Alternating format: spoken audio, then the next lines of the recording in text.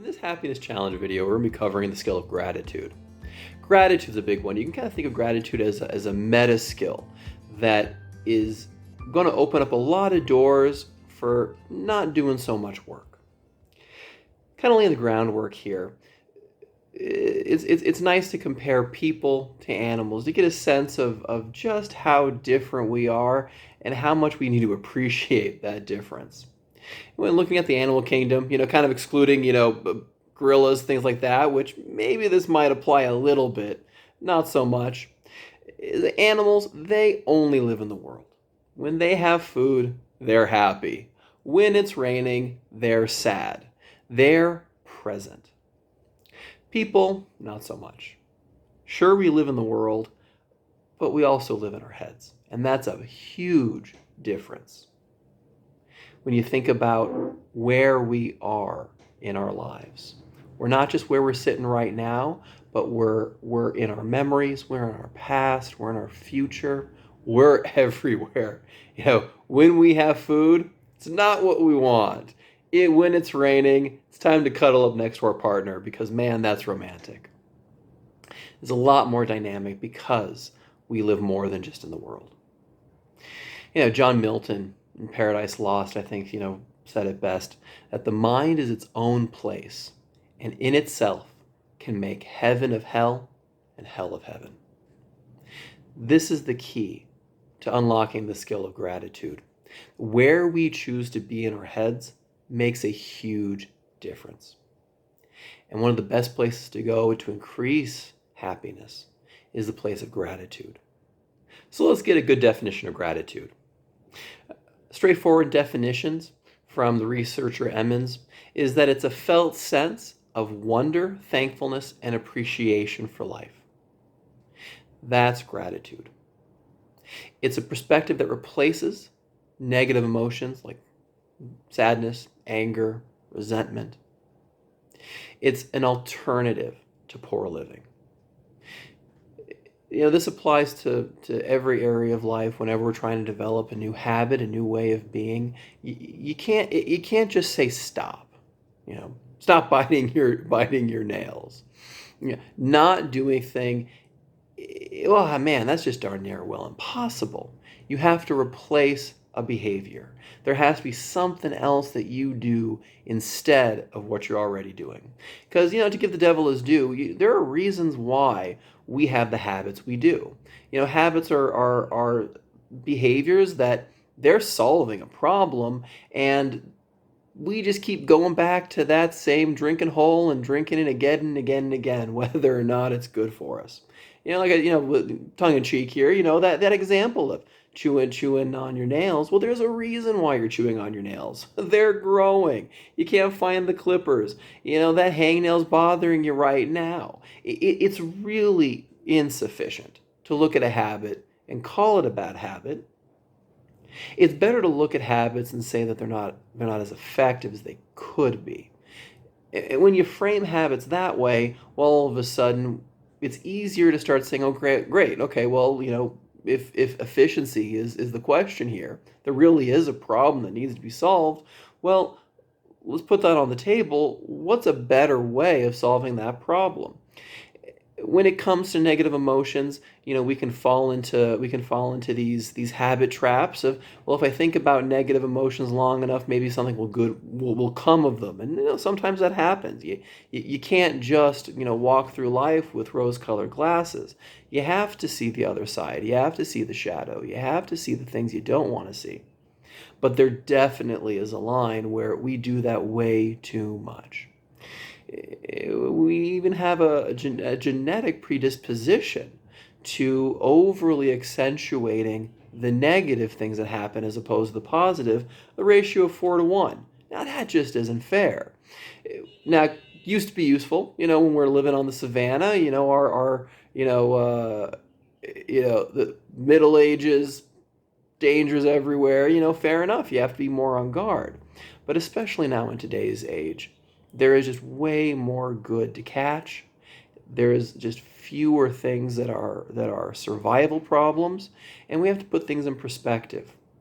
It really has gotten to the point in human history where, sure, there are problems, But one problem that perhaps is becoming one of the more bigger problems is we're not noticing the good that's happening in our lives, and that's backfiring dramatically. So it's not enough just saying, stop thinking about resentful thoughts, stop thinking about how angry you are at your spouse or your kids. You have to replace that behavior with something, and that replacement is the skill of gratitude. What are some of the outcomes of gratitude? I've mentioned in a previous video the benefits of increasing happiness, and this list that I'm going to go through, it applies across the board to all the other skills we're going to be learning together. But the reason why I mention it here is because of just how simplistic gratitude is. You really aren't having to do much. And it's worth mentioning again how big of a cash in it is, changing your behavior, changing your habit of thinking to be more grateful, because of just how much it does for you. A little bit goes a long way. So there are 5 different domains that practicing gratitude and all the other happiness skills makes a gigantic impact. The first is happiness. This one's the name of the series. You become more happy, you have more energy, you have more hope in your life. There's more fuel for you to keep pushing in the things that are meaningful and enjoying doing them. Interestingly, being grateful, increasing happiness actually makes you a more moral person. It actually improves your ethics. You become more helpful. You're more empathic. You even become less materialistic and more forgiving, something that is in short supply these days. The third domain here is in the social domain. A person becomes less envious and less lonely. We're going to get into that, why exactly a person becomes less lonely with gratitude, but it's worth putting on the table that loneliness is at pandemic levels that we've never seen before in human history. That so many people are reporting how lonely they are, and the mental health issues that go along with that problem are staggering. And like I said, a little goes a long way here. This problem is so staggering and is compounded by the fact that we can do so little to get rid of such a large problem. The next domain here is mental health, like I mentioned before. Less depression, less anxiety, less neuroticism, being threat sensitive is dramatically reduced the more grateful we are, noticing all the opportunities to be grateful in our lives. And the last is physical health. Our immune system is dramatically damaged the more we have all these problems in our lives.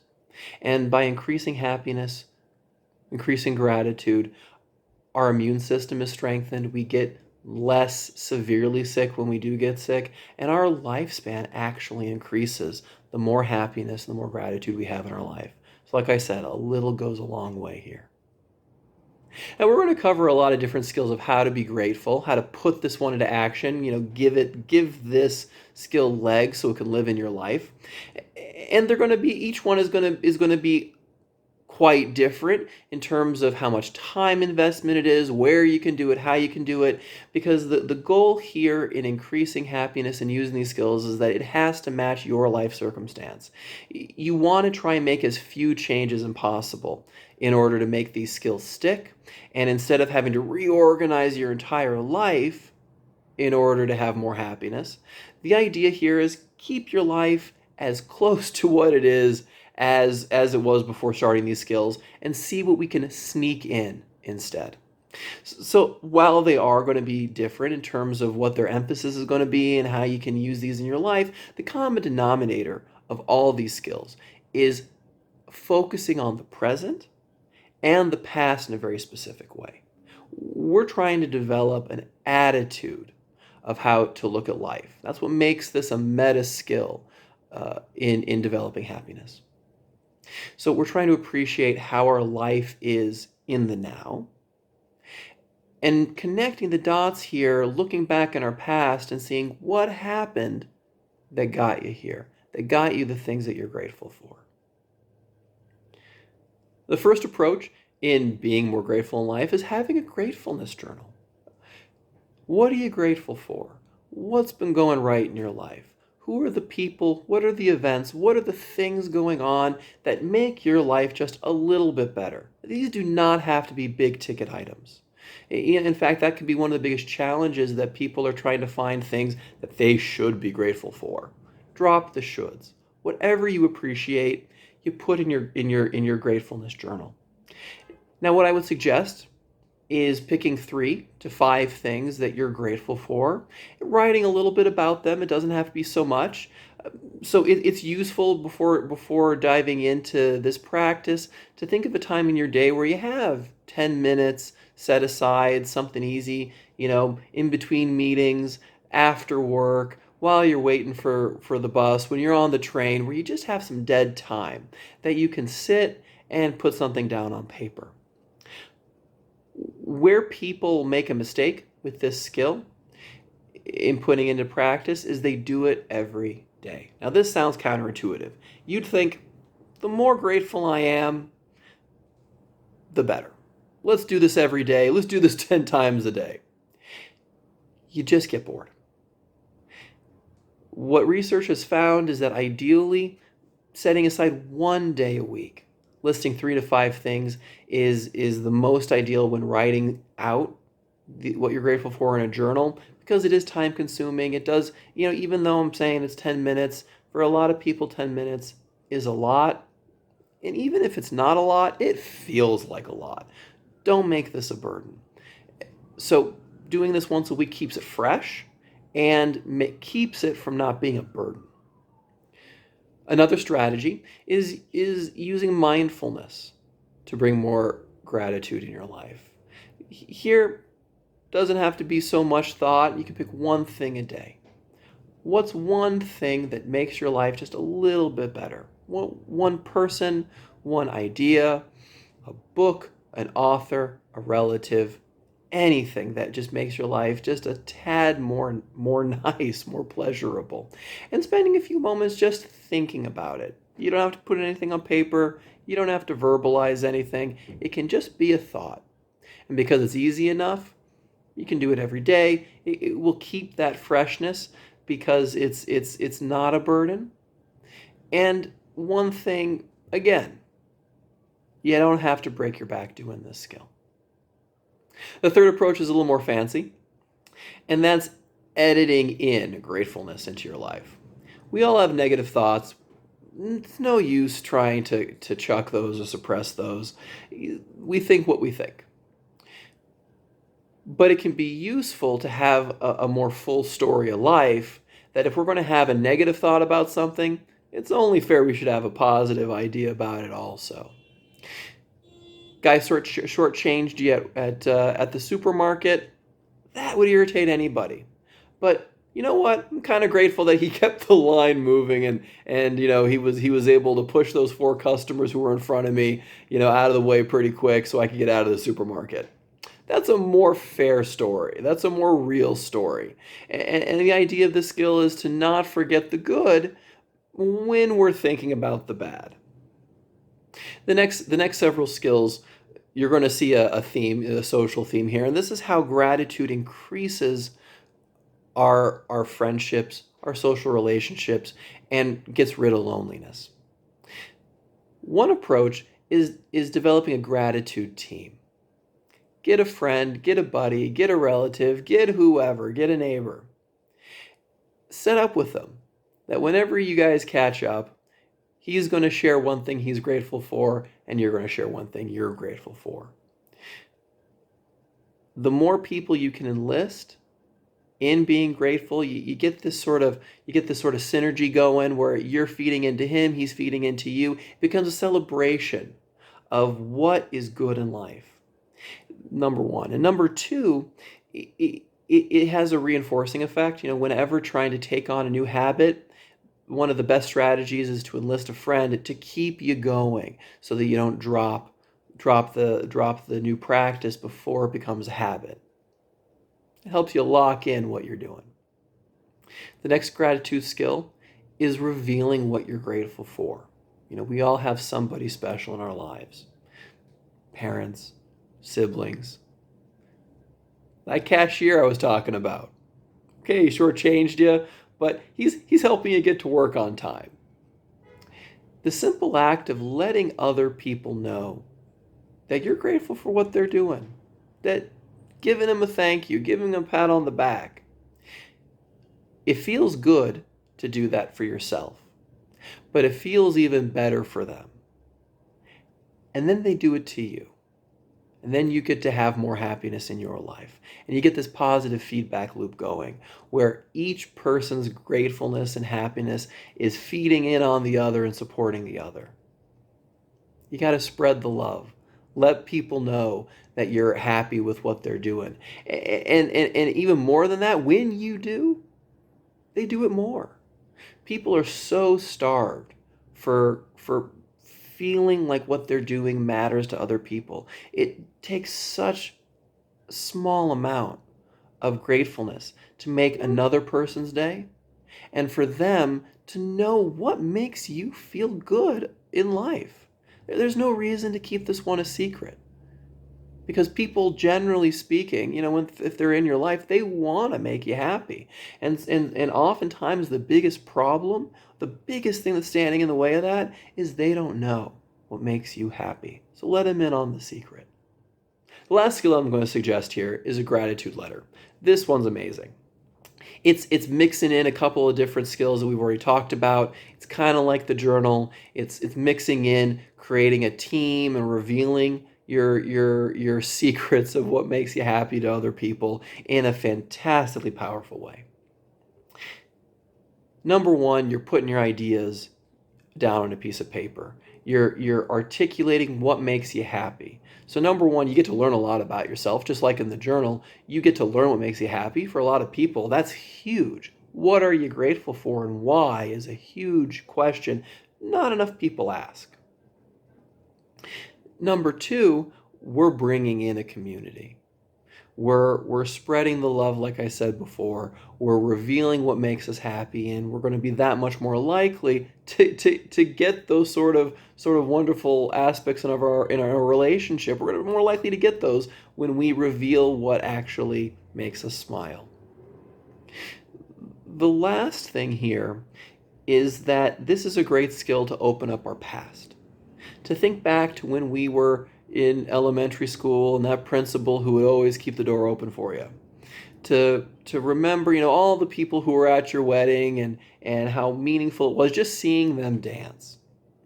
It gets you to be able to, in many ways, reauthor your past, especially if the past is pretty dark for you. That by going back with intention, with consideration, with a real eye towards appreciation,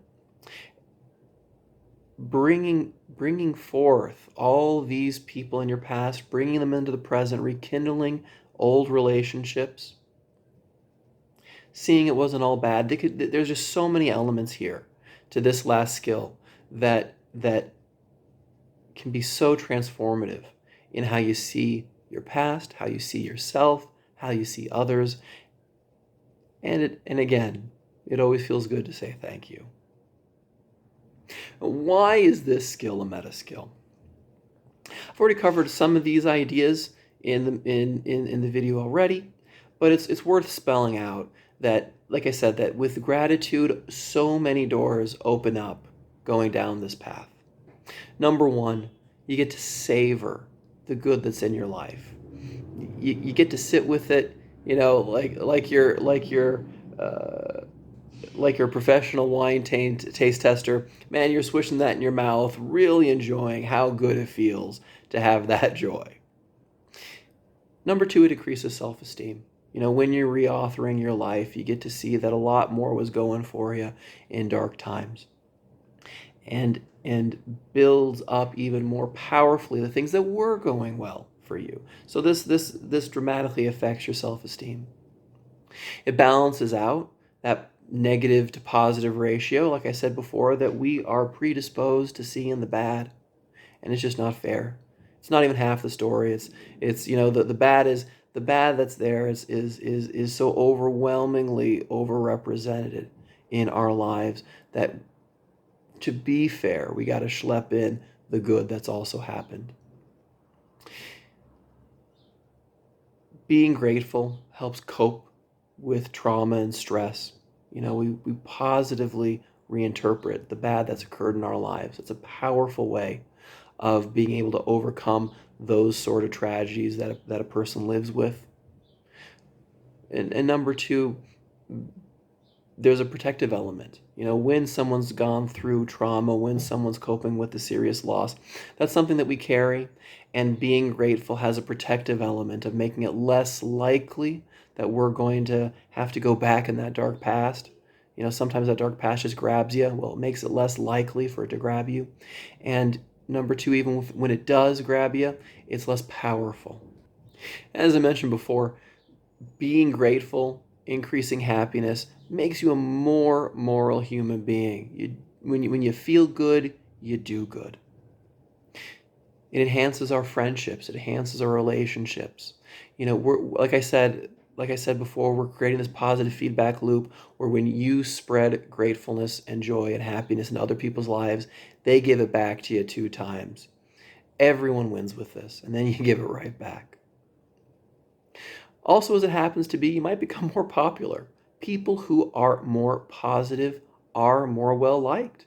Simple as that. You might get some new friends with this strategy. Open up some new professional doors, like business life, private life, they're so intertwined, and networking is how you advance. So it's not just you get new friends, you might actually get a new job, and that makes you more happy.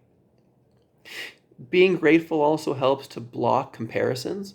A huge factor in why people are miserable is because they're just trying to keep up with the Joneses. Well, instead of trying to keep up with the Joneses, why not be happy for them they got their new car instead? You save yourself a lot of suffering, resentment, on top of building a friendship. It short circuits negative feelings and negative thoughts. As much as we try and multitask in life, it's really hard to multitask emotionally. And when you are feeling happy, it's kind of hard to also feel sad and angry at the same time. And last, in a previous video, we covered this phenomenon of hedonic adaptation, that we just get bored with what happens in our life. And that can be good if what's going on in our life is bad and we become adaptive and we can kind of get used to things and become more resilient. Well, it also works against us for the positive things that go on in our life. We get bored with what's good. And so by being mindful, by being grateful, setting aside time to really pay attention to what's going good and to try and keep it fresh, mix these skills with one another. Sometimes write the journal, sometimes use mindfulness, sometimes write a letter. You're able to overcome this problem of getting used to the good. I hope this video was helpful. I'd love to hear what you guys think about this skill in the comments section. What skills work best for you and why? If you want to reach out, you can check out my website, you can shoot me an email, and you can also support my work on Patreon. I'll see you in the next video.